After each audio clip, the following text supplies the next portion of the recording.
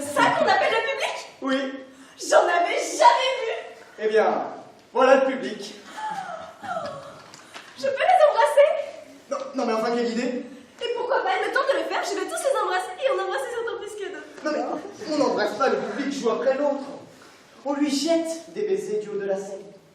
À la fin du spectacle, sous un tonnerre d'applaudissements, entre chien et loup, lorsque nous quittons la scène. Alors jouons et qu'à la fin, ils nous applaudissent. On doit déjà avoir quelque chose à jouer.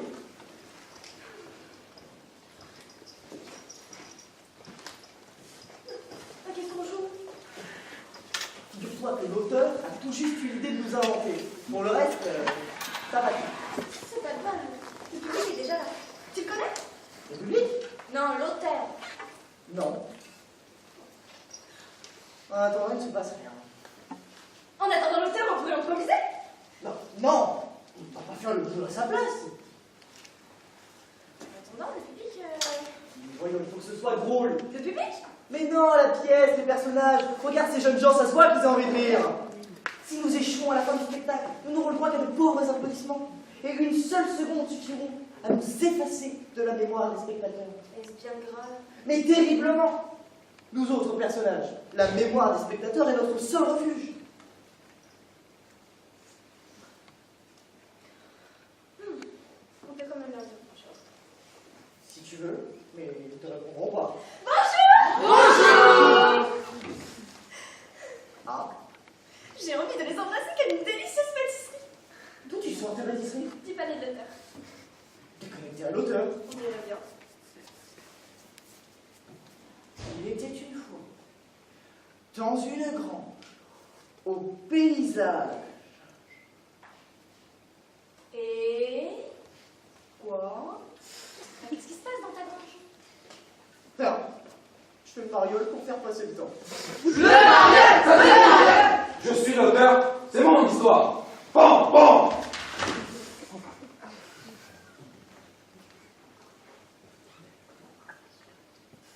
Mon histoire commence par un événement extraordinaire. J'ai failli être chassé du monde, et pourtant je suis là. Mon corps est là. Mais comment vous dire sans vous faire sourire que toute une partie de mon âme a été chassée de votre planète sociale? Mon récit est tellement inimaginable que vous allez sourire, être consterné, me faire la morale, ou pire même, vous risquez d'éprouver du plaisir au récit de ma désolation. Alors comme je suis contraint à me raconter ma propre histoire, et comme vous n'êtes pas capable de l'entendre, je vais dans mon fort intérieur me détailler sans cesse l'immense épreuve qui gouverne en secret mon projet d'existence. Comme un mythe des origines, mis en scène devant un seul spectateur, moi-même, je vais devenir auteur, acteur de mon destin, et seul témoin autorisé de mes combats.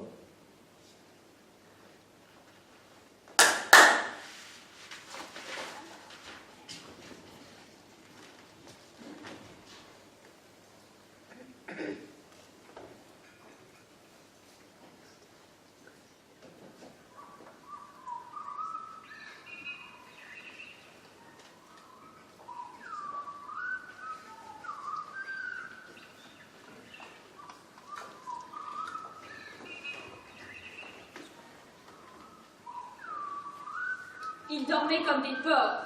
Comme des porcs. Ronflaient comme des cochons. Même Rambo dormait. Comme tous les soirs où ils se remplissent le ventre et boivent comme des trous.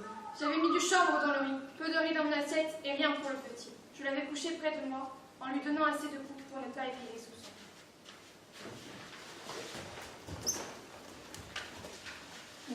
Chut! Tu me casses les os. Tais-toi, lève-toi sans faire de bruit. Je veux dormir. Tais-toi si tu veux retourner chez toi en entier, fais tout de suite. Au village? Vite, au village. La lumière nous protège. Je ne voyais pas qui me parlait dans l'oreille, mais je devinais la fille au bottes. J'ai eu confiance, tout de suite. La nuit noire pouvait aussi nous faire trébucher et tomber. Je l'ai pris sur mon dos pour les premiers pas, les plus dangereux. J'ai fait un pas. Le petit avait l'instinct de la fuite. Il mêlait sa respiration au vent et je l'entendais à peine.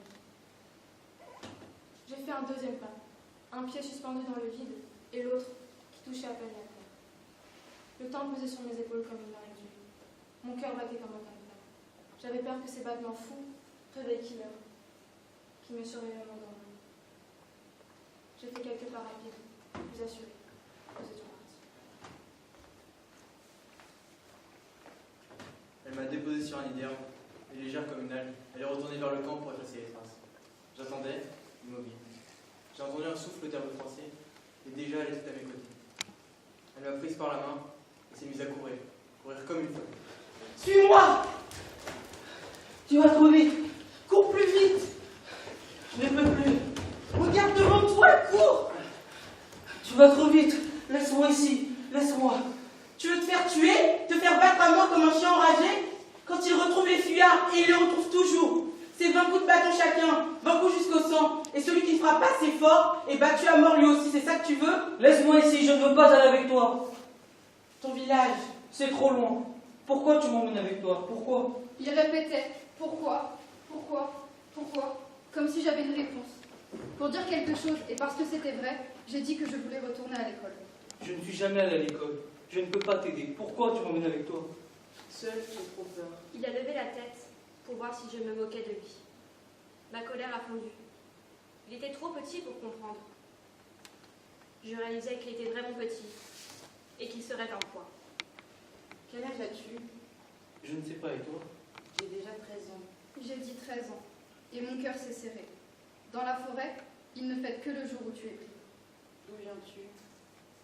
De la côte, de Namba. On est pêcheurs. Quand les rebelles ont pris, je vendais le poisson au marché. Mon frère, mon père, mon grand-père, ma mère, ma grand-mère, toute ma famille vient à Namba. Si tu veux retrouver Namba, il faut marcher. Je ne sais pas où c'est. Si on suit la rivière, tu penses qu'on peut y arriver? Namba n'est pas loin d'une rivière. Tu penses que c'est celle dont tu parles?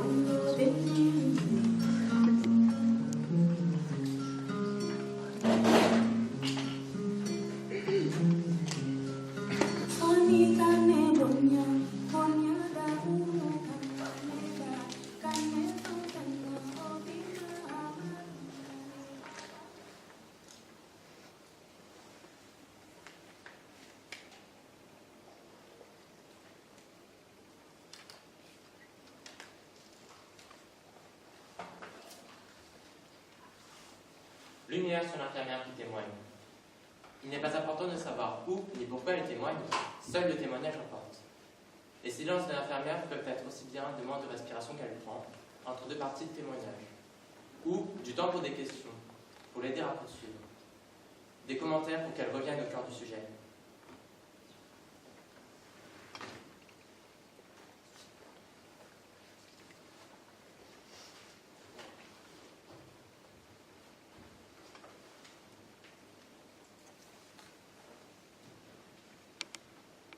Je viens témoigner pour Elikia Mandoke. Elle répétait, on doit savoir, ils doivent savoir. Quand ils vont savoir, ils vont arrêter tout ça. J'aimerais vous lire ce qu'elle a écrit sur la première page, si vous le permettez.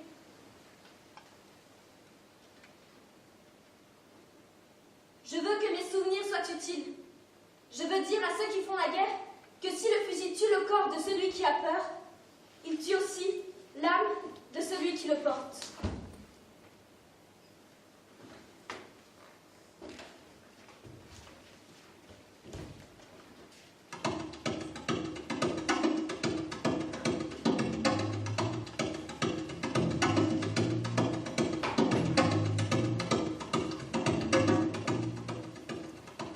Était arrivé au camp à la tombée de la nuit avec d'autres recrues qui portaient le butin du pillage. Une mission réussie, on avait des provisions pour 2 semaines.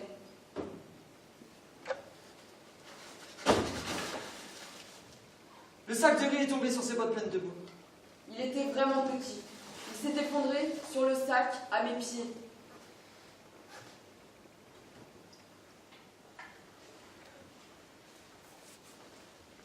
Ils ont ri de moi. Très fort. À coups de kalachnikov, il poussait le petit pour prendre le riz du souper. Stop!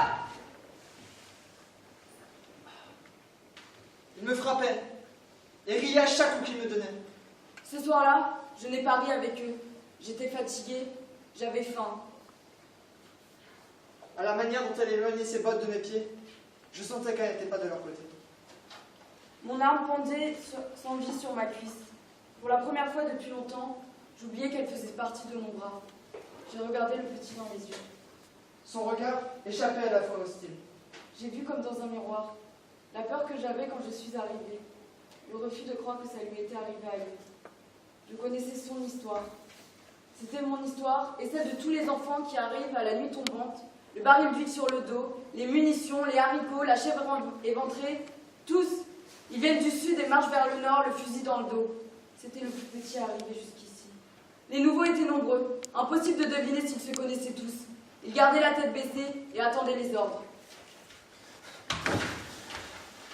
Je m'étais caché sur le sac de riz pour éviter les coups. Je retenais mon souffle pour ne pas attirer l'attention. Il était pieds nus et ses pieds étaient couverts de plaies, sales, infectés. Pour l'éloigner du sac de riz, Killer lui a donné un coup de botte entre les jambes. Je n'aurais pas dû crier. Tu penses que quelqu'un va venir t'aider? Tu crois qu'on va venir à ton secours? Tu n'es rien. Petite chose, petite merde. Je fais ce que je veux de toi. Si je veux te tuer, je te tue. Si je veux te frapper, je te frappe. Joseph l'a regardé humblement, pour le reconnaître, pour le supplier d'arrêter.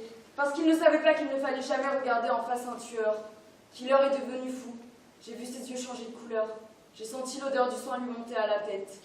Tu veux prendre ton destin en main? Je vais te montrer ce qu'on fait avec ceux qui veulent prendre leur destin en main. Je vais te montrer. Je savais ce qu'on faisait à celui qui voulait prendre son destin en main. On lui coupait la main, on lui mettait la main morte sur l'épaule et on lui disait « Essaye maintenant de prendre ton destin en main ».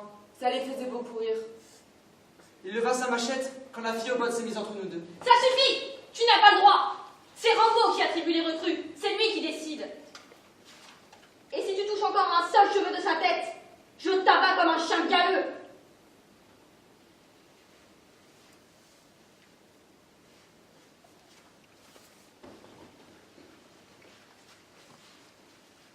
Il ne te touchera plus.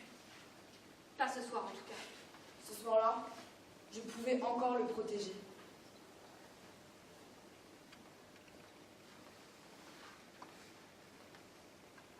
Elikia prenait un risque énorme en fuyant. Elle a vécu 3 ans avec les rebelles dans la forêt, mais elle n'avait pas la plus petite idée de l'endroit où elle se trouvait.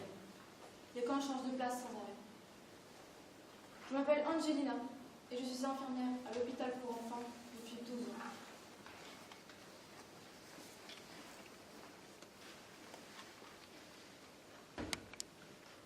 Comme vous devez vous en douter, en 12 ans, mon travail a beaucoup changé.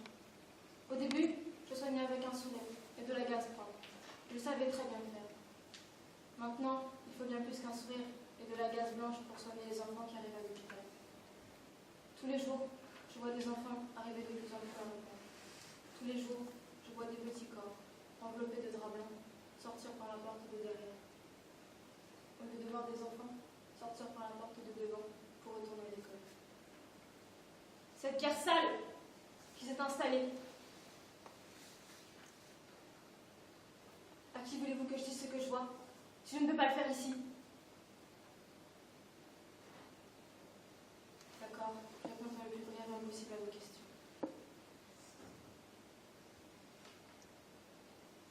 Le jour se lève par là. Céleste, le camp était à l'ouest de la rivière. C'est par là. J'ai soif, Elikia. Tu as tout bu le premier jour, il fallait en garder. Marche, la rivière ne devrait pas être comme ça. Tu crois qu'on est sauvé? Tombe tes pieds. Je peux marcher. Tu veux qu'on te coupe les pieds devant ta mère, ton père ou toute ta petite et grande famille de Nouma? Non, bah. Tombe tes pieds. Viens, Elikia. L'eau n'est pas froide. Je ne sais pas nager. Mes pieds touchent le fond. Viens, Elikia. Ne t'éloigne pas, on pourrait te voir.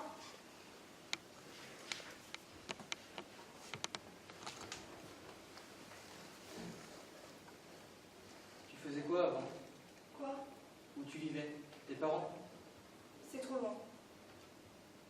Raconte-moi l'histoire de José.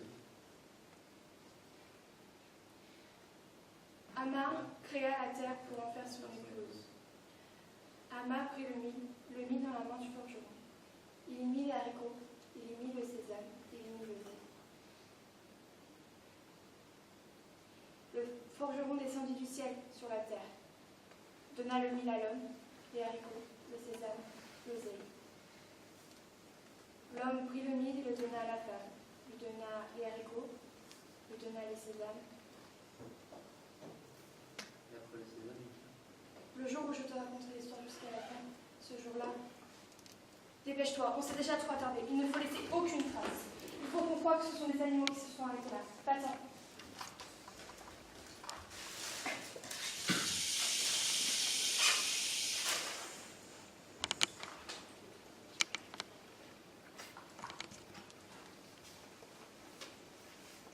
Bien sûr que j'ai essayé de savoir pourquoi Elikia ne s'était pas sauvée, pourquoi elle était restée si longtemps avec les rebelles. Quand tu es un enfant, tu fais ce qu'on te dit. Les rebelles sont terribles. Je connaissais la réponse avant même de poser la question. Laissez-moi retrouver le premier passage où Elikia raconte la nuit où elle a été enlevée. Il disait que les rebelles étaient tout près, qu'ils avaient pillé les villages autour. Ce soir-là, mon père a pris le riz, l'huile, tout ce qui restait à la maison, et nous a emmenés dans les marais qui entourent le village.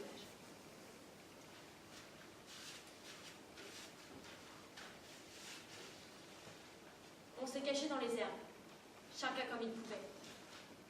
La lune brillait trop fort pour bien se cacher. Je gardais José dans mes bras. Il était excité à l'idée de dormir dehors et posait des questions sur tout. Je gardais ma main sur sa bouche et lui racontais l'histoire de la création du monde à l'oreille. Ah, m'a pris le mit dans la main du forgeron. Il mit les haricots, il mit le sésame, il mit de l'oseille. Le forgeron descendit de la terre du ciel sur la terre. Le rythme de l'histoire. Je vous lis tout le récit parce qu'Elikia écrit très bien, et que les détails nous font comprendre ce qui se passe dans la tête d'une enfant de 10 ans qui n'était jamais sortie de son village. Le rythme de l'histoire me rassure. L'homme donna le mil, donna les haricots, donna le sésame. Je me rappelle que je disais le mot sésame quand mon père m'a frappé à la tête. Il me frappait pour la première fois et le mot sésame est resté coincé dans ma gorge. Même José s'est tu. Puis des cris. Des cris comme je n'en avais jamais entendu. Des cris de fin du monde.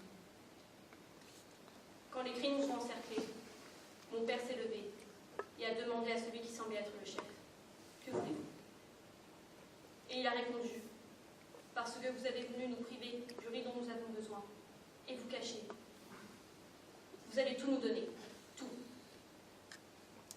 Ils nous ont ramenés au village, ont fait mettre les provisions d'un côté, et nous, de l'autre, debout. Ils avaient dit tout, et tout a été terrible. D'abord José. Il hurlait si fort qu'un des rebelles l'a pris par la jambe pour le faire taire, lui a brisé la nuque et l'a jeté au loin comme un sac de haricots. Le silence a tranché la nuit comme une hache trop bien aiguisée. Ensuite, ils ont pris ma mère.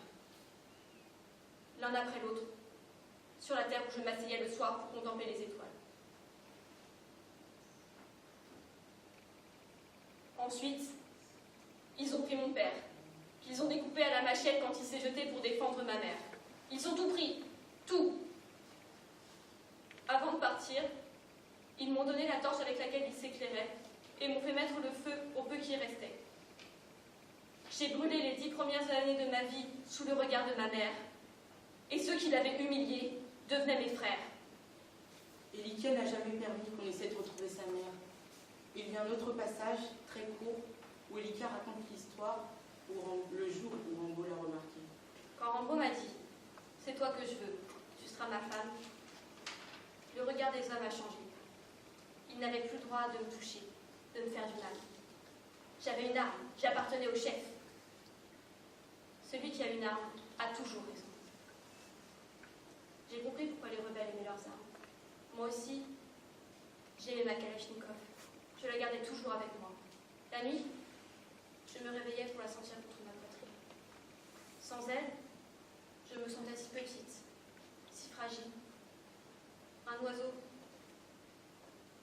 Un oiseau dans la main de celui qui a faim, avec le bruit des os qui craquent. Il y a d'autres passages que je vous résume rapidement. Elika disait que les enfants qui se sauvent ont toujours peur d'être repris. Ils préfèrent être dans la forêt avec les rebelles plutôt que dans leur village avec leurs parents. Et aussitôt qu'ils ont un peu de pouvoir, ils pensent qu'ils pourront s'en sortir. En plus, ce pouvoir-là permet d'éviter certaines cruautés inutiles, comme lorsque Elika a empêché Killer de couper la main de Joseph. Ces petites victoires allègent leur conscience, qui ne meurt pas nécessairement quand ils passent du côté des rebelles.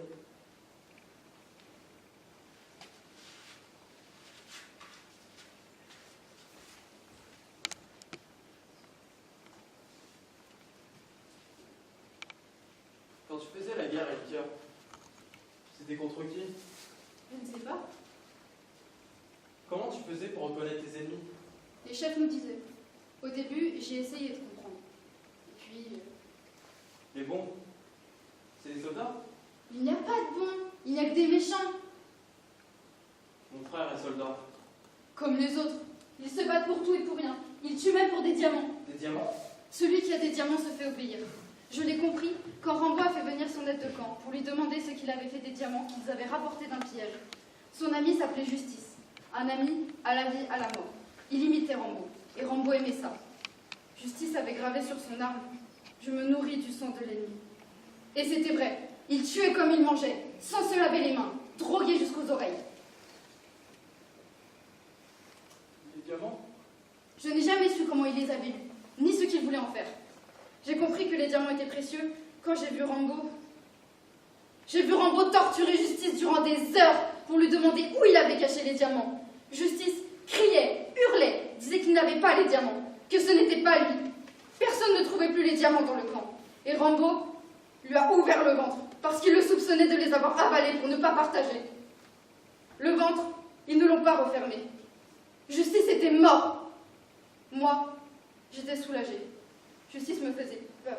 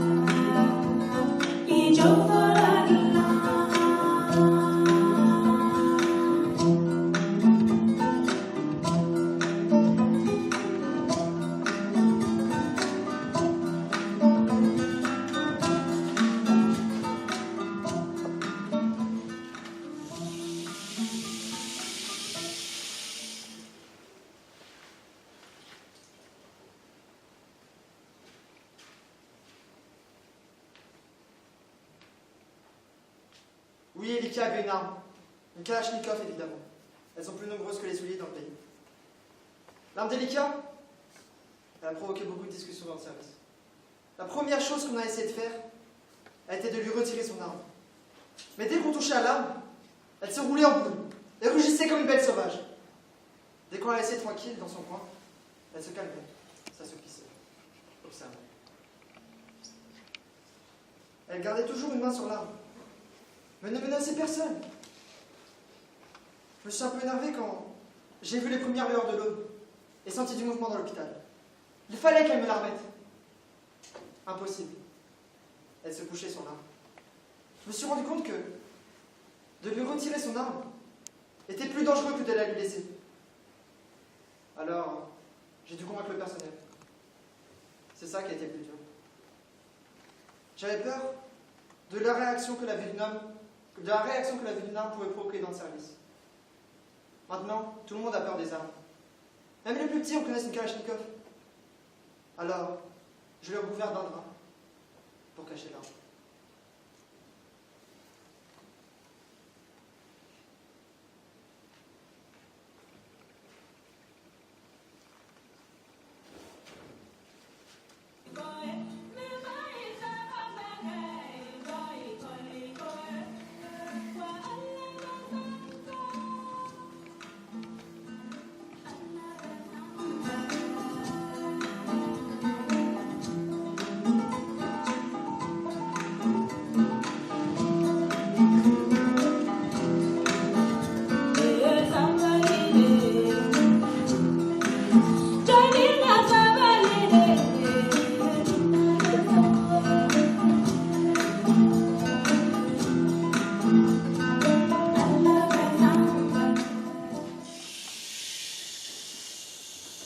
Elikia a eu du mal à dormir jusqu'à la fin, comme tous les enfants qui reviennent de la guerre. Pour ces enfants, la peur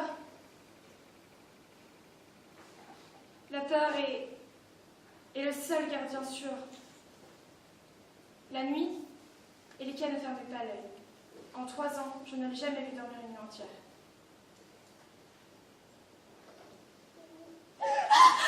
Des petites filles avec des armes! La nuit, quand je marche, quand je préviens les pièges et les dangers, je suis plus forte que ces monstrueuses petites filles. Je peux les faire taire. Le jour, quand je me fie à la lumière, elles s'installent. Elles m'envahissent, elles me blessent, elles me tuent. Je ne peux pas les chasser. Je les sens jusque sous la peau. C'est un cauchemar. Juste un cauchemar. Leur regard, Joseph, c'est leur regard qui me fait peur. Leurs yeux sont froids comme la mort. Je sais ce qu'elles cherchent. Je sais ce qu'elles veulent.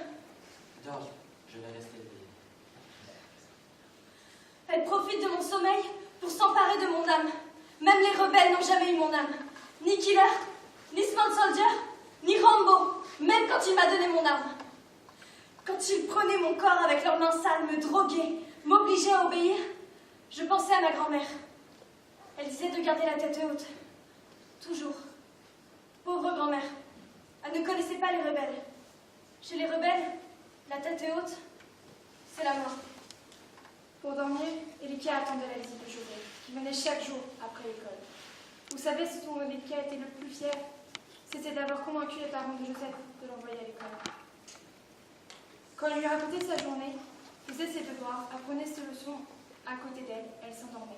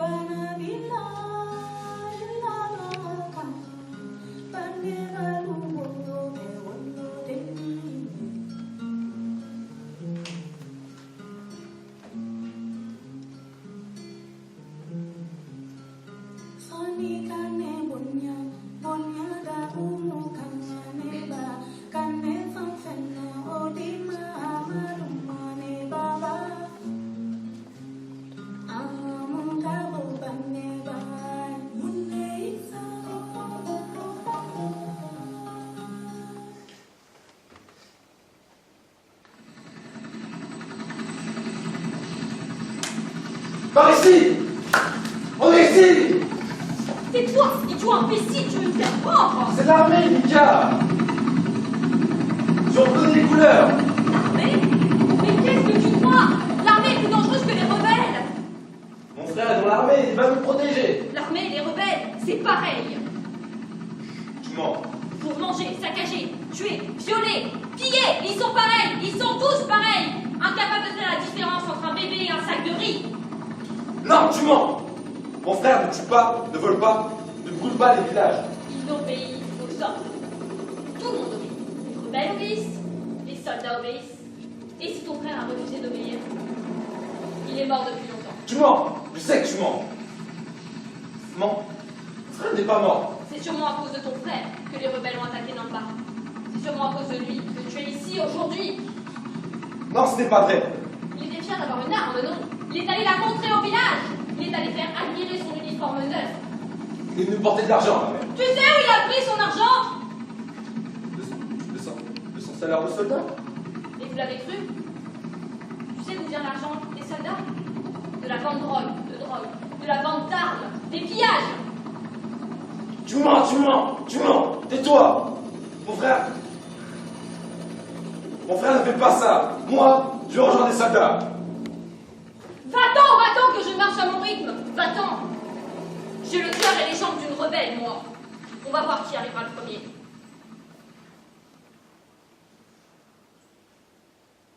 Parti. Joseph est parti. Il n'a même pas hésité.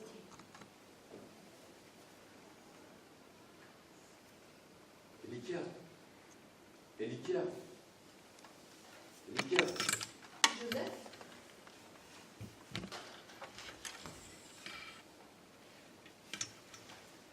Elikia. J'ai cru que je ne te retrouverais jamais. L'armée n'a pas voulu de toi.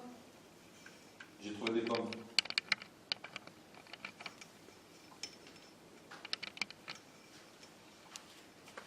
Nous nous sommes beaucoup plus tard. Joseph m'a raconté. Je lui copiais. Et je me suis caché derrière un arbre. J'essayais de croire que je t'ai sauvé, du fusil sur la nuque. J'ai compté 10 soldats et 3 rebelles. Il y avait un rebelle plus petit que moi. Il est tombé. Quand elle essaie de se mettre à genoux, son pantalon était trop grand.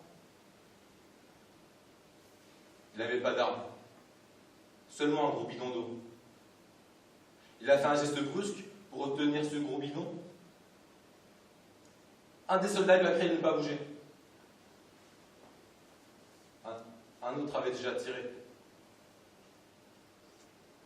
Les soldats ont ramassé le bidon et ont laissé le petit rebelle perdre son sang. Dans la terre, sous le soleil.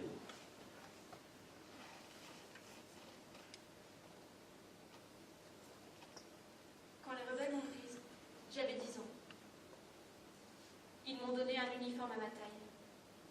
Je pense à ma mère qui était couturière. Est-ce qu'elle aurait cousu des uniformes pour des enfants? De petites manches, de petites jambes.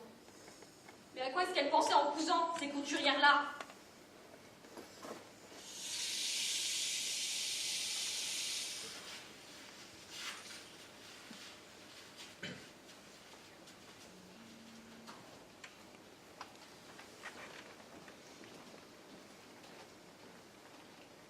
Si Elikia s'était servie de son arme, vous me posez la question sérieusement, elle ne m'en a jamais parlé. Comme je vous l'ai déjà dit, elle ne parlait pas volontiers de ce qu'elle avait fait. Mais maintenant que j'y pense, Elikia a passé 3 ans dans les camps des rebelles. 3 années complètes. Manier une arme est la première chose que les enfants apprennent dans les camps des rebelles. La deuxième, c'est tuer. Tuer pour un oui, pour un non, pour du riz, pour se faire respecter, pour sauver sa peau, pour se venger. Durant les mois qu'elle a passé à l'hôpital, je n'ai jamais vu réagir agressivement. Je n'ai jamais vu menacer quelqu'un. Je n'ai jamais eu peur, ni pour moi, ni pour les enfants autour d'elle. Au contraire, sa présence me rassurait. Vous savez qu'elle a gardé son arme enveloppée dans le drap pendant plus d'1 mois. Elle dormait la main sur sa kalachnikov. Il a fallu beaucoup de patience, beaucoup de soins et de tendresse pour la convaincre de nous la remettre. Le jour où elle nous a remis son arme, elle a demandé un cahier. Ce cahier-là.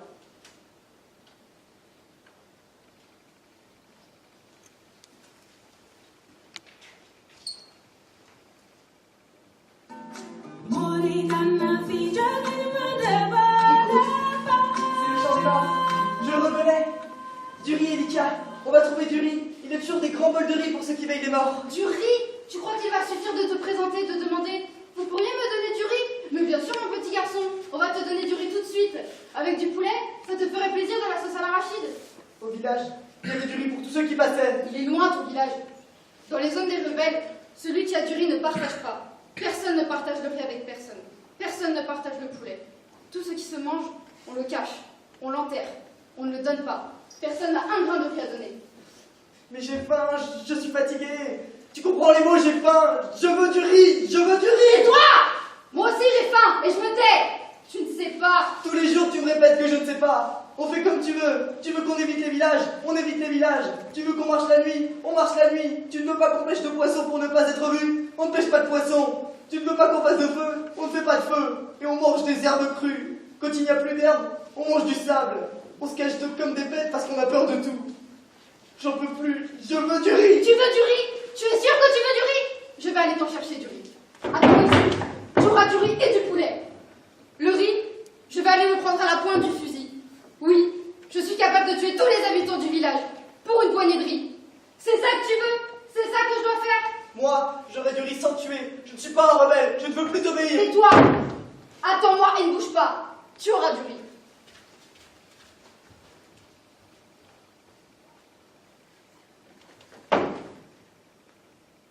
Elikia, je vais manger du sable, marcher sans me plaindre. Elikia.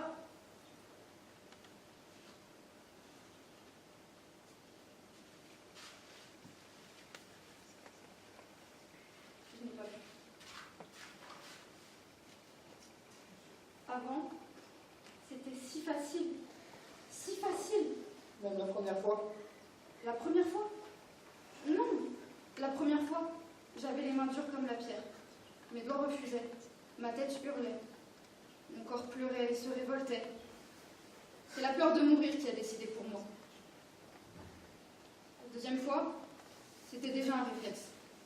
Puis, c'est la vie quotidienne. La mort arrive si vite et le corps résiste si peu. Mais là, c'était un vrai village, une vraie fête des morts, avec l'odeur des plats chauds et des femmes qui pleurent. Je n'ai pas été capable.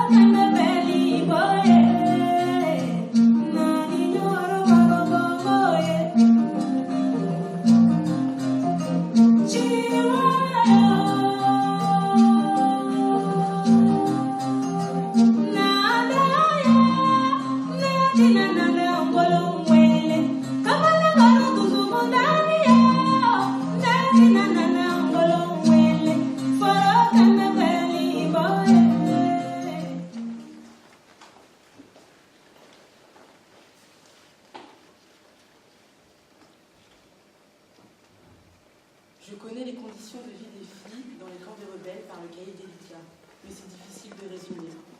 C'est l'accumulation des humiliations quotidiennes, des mauvais traitements et des punitions injustes qui créent la terreur.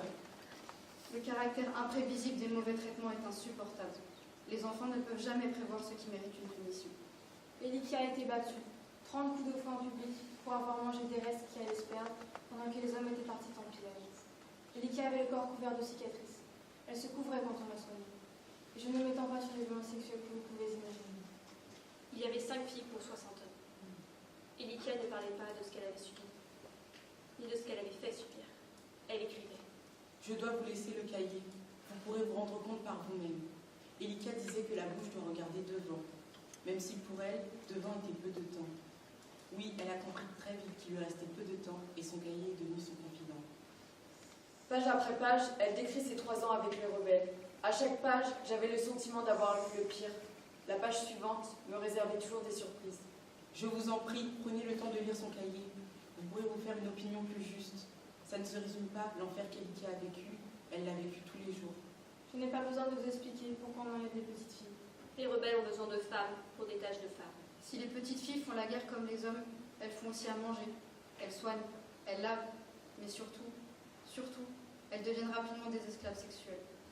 Comment désobéir quand c'est une arme qui ordonne, quand le bras qui la tient est drogué, quand l'homme qui porte l'arme a tous les droits.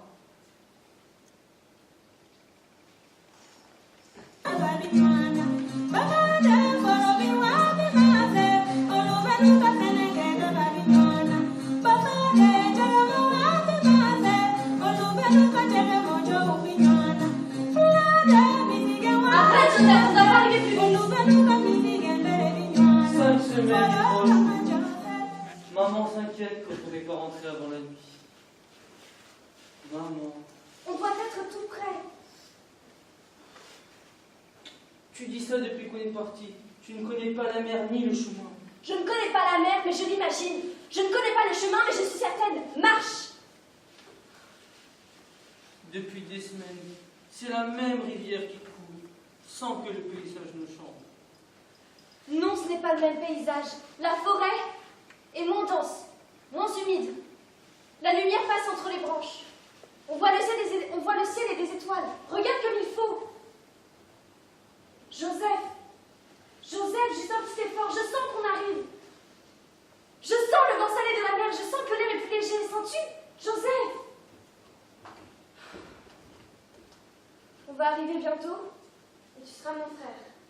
Tu vas m'apprendre à nager, m'apprendre à pêcher, m'apprendre à reconnaître les poissons de la mer.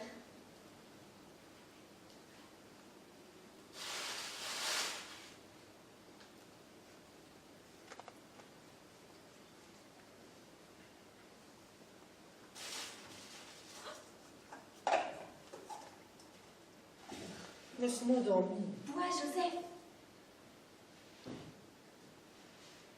Une noix de coco. Des noix de coco.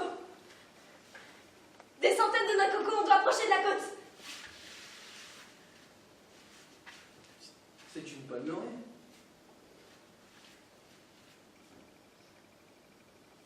C'est ici que je viens chercher les noix de coco avec mon oncle. C'est ma palmeraie. Moi, je la reconnais. Regarde le petit cocotier. Je peux grimper jusqu'en haut pour cueillir les noix de coco. Et au bout de la palmeraie, c'est la route qui va jusqu'à la mer. Jusqu'à Namba. Tu es sûr? C'est la palmeraie de mon oncle, de mon frère, Namba. Maman. Tu vas partir le premier, Joseph. Tu vas prendre la route. Tu ne viens pas avec moi? Toi, tout seul, tu peux arrêter un camion qui transporte des choses ordinaires. Pas un camion de rebelles, pas un camion de l'armée. Des choses ordinaires. Si tu vois des rebelles, cache-toi. Si tu vois des soldats, cache-toi. Arrête un camion et va jusqu'à Namba. Toi? Je vais t'attendre ici. Tu dois d'abord demander à ton père et à ta mère s'ils veulent bien d'une fille de plus. Une fille qui a volé, qui a tué, qui a peut-être même tué leur fils. Tu ne vas pas en profiter pour tourner avec les rebelles? Jamais! Jamais je ne retournerai dans la forêt! Jamais je ne retournerai chez les rebelles! Il y a un hôpital derrière la palmeraie. Ils vont te donner à manger. Tu vas dormir dans un lit. Tu vas m'attendre là.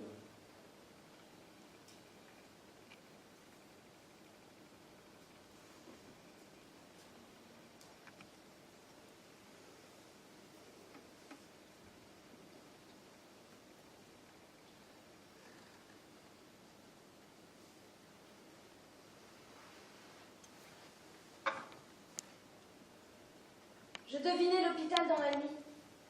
J'étais de garde quand Elika est arrivée. C'était il y a 2 ans, en avril. Je ne me rappelle plus la date exacte, mais je me rappelle que c'était le soir, vers 18h, à l'heure de fermer les grilles. J'entendais des pas qui allaient et venaient, de la porte à la grille, de la grille à la porte. Je devinais la lumière vacillante de la porte qui s'ouvrait et se fermait. Je devinais des ombres blanches qui se déplaçaient. La nuit était difficile à passer. L'hôpital avait déjà été pillé 2 fois. On avait refait les stocks de riz, de haricots et de tissus et de matériel médical. Les rebelles le savaient. Je voulais crier, mais pas un son ne sortait de ma bouche. Je voulais frapper à la porte, mais j'étais paralysée. Je regardais l'uniforme blanc de l'infirmière et j'avais honte de mon uniforme à moi. Mon uniforme de sang et de boue. J'étais une rebelle. Je serai toujours une rebelle. Tout me trahissait. Les coups donnés, les coups reçus, la saleté sous les ongles, sous la peau, les cadavres semés sur la route, les villages brûlés, les enfants mutilés, les petites filles au vagin déchiré. Je les imaginais, sans main, le dos couvert de plaies, dans des draps blancs, les mères qui pleuraient. Le silence de la nuit était terrifiant. Je me suis inquiétée quand j'ai entendu des branches craquer. Je me suis dépêchée d'aller fermer à double tour la grille et j'ai averti le gardien de ne pas s'éloigner. C'est un homme sûr, très dévoué. Je suis allée vérifier 2 fois, mais tout semblait calme. J'ai demandé, il y a quelqu'un? La voix répétait, il y a quelqu'un? Il y a quelqu'un? Ce n'était pas la voix d'un adulte qui donne des ordres, mais je n'ai pas osé répondre. La voix était maintenant si proche que je me suis mise à trembler. Dites un mot, un seul, s'il vous plaît, répétait la voix de la femme. Je sentais qu'un homme voulait la retenir. Je ne crois pas qu'il y ait du danger. Je le sentirai.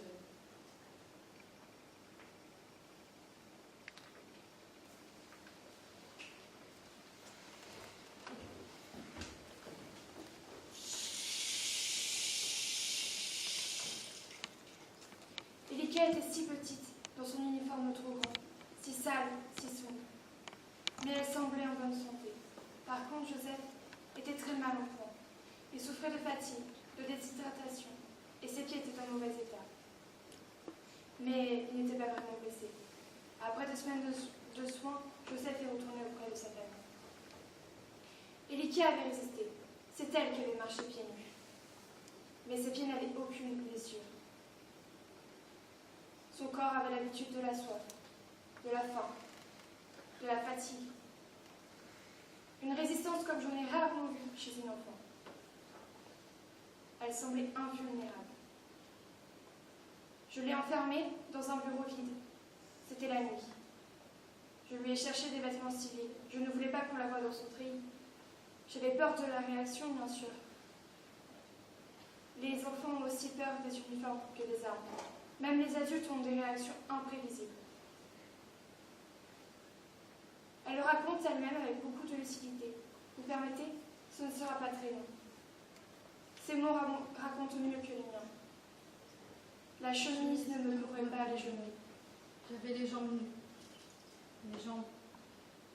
Je n'avais pas vu mes jambes depuis 3 ans. Même pas dans l'eau de la rivière. La chemise laissait deviner mes seins. Des seins que je n'avais jamais vus. Je n'osais pas sortir. Je n'osais pas bouger. Je respirais à peine. Sur le mur d'en face, il y avait un grand miroir. Il m'attirait comme un aimant, mais je n'osais pas approcher. Le miroir me rappelait la petite Elisa, qui brossait ses cheveux, qui essayait des robes de toutes les couleurs que sa maman lui cousait, qui se trouvait belle, qui avait des frères, des sœurs, des amis, qui allait à l'école, qui contemplait les étoiles. Où est-elle, la petite Elisa?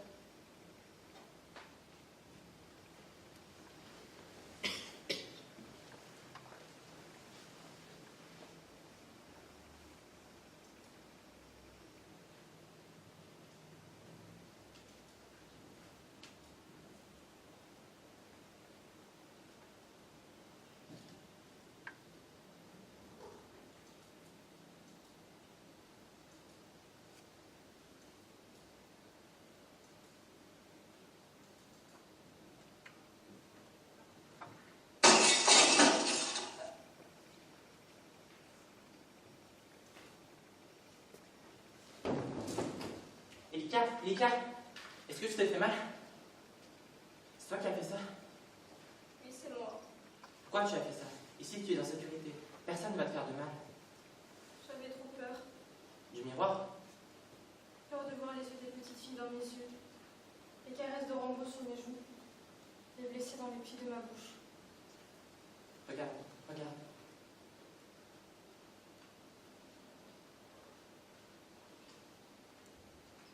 Elika, tu es très belle. Très très belle. Quand je serai grand, je vais me marier avec toi.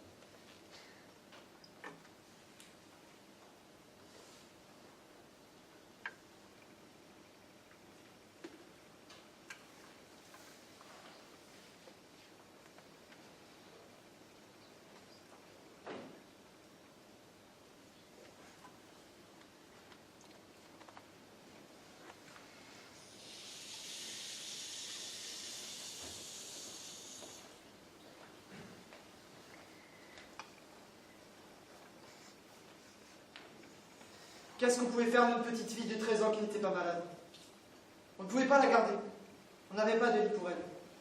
Elle a dormi sous le lit de Joseph les 2 semaines qu'il a passées à l'hôpital. Joseph partageait son eau et sa nourriture. Elle lui faisait ses bandages. C'est elle qui est allée prévenir sa famille quand il était malade. Puis, lorsqu'il était guéri, c'est lui qui est allé la reconduire chez elle. Puis, la diarrhée s'est déclarée. Une petite diarrhée qu'on pensait guérir facilement, mais qui ne guérissait pas. Les analyses de sang ont confirmé qu'Elika avait contracté le virus comme beaucoup d'autres. Elle avait sa place à l'hôpital. Elle y resta jusqu'à sa mort. Aujourd'hui, de quoi voulez-vous que nos filles meurent? D'une balle ou du sida? Le soir de sa mort, je n'arrivais pas à partir de l'hôpital. Je voyais qu'elle avait du mal à respirer. Joseph aussi était resté. Il disait qu'il avait des devoirs pour la nuit.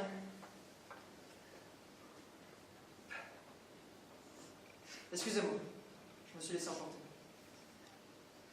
Elika aurait-elle pu vivre plus longtemps avec une médication adéquate? Aurait-elle pu avoir une vie plus ou moins normale pendant quelques années? Si elle avait vécu, comment aurait-elle vécu? Elle qui n'avait plus de passé, plus de famille, pas de métier, pas de formation.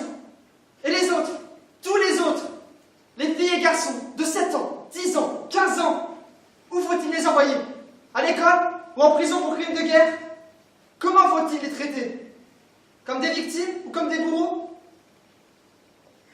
Ces questions-là, c'est vous qui devrez les poser dans votre rapport. Et qui devrez trouver des réponses et des solutions. Elika ne fait pas pour dénoncer, Traquer, punir. Elle ne donnait pas de nom. Au contraire, elle est aisée pour couper la chaîne de la violence. Qui appelle la violence et empoisonne la vie. Elle écrivait pour que ses amis ne voient pas ce qu'elle avait vu. N'entendent pas ce qu'elle avait entendu, ne vivent pas ce qu'elle avait vécu. Kidnappée à 10 ans, soldat jusqu'à 13 ans et morte à 15 ans. Elle a dit elles vont mourir.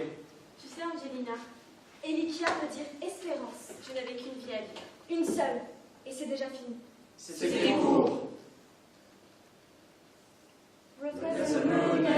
We should be using all the ones to practice with the shouts. For the stone and stone, back to the bone, back to the tower, even when it's warm. And when a child is born into this world, it has no concept of the tongue, the skin, it's sleeping in, it's not a second, 7 seconds away, just as long as I stay. I'll be waiting, it's not a second, 7 seconds away, just as long as I stay. I'll be waiting, I'll be waiting, I'll be waiting.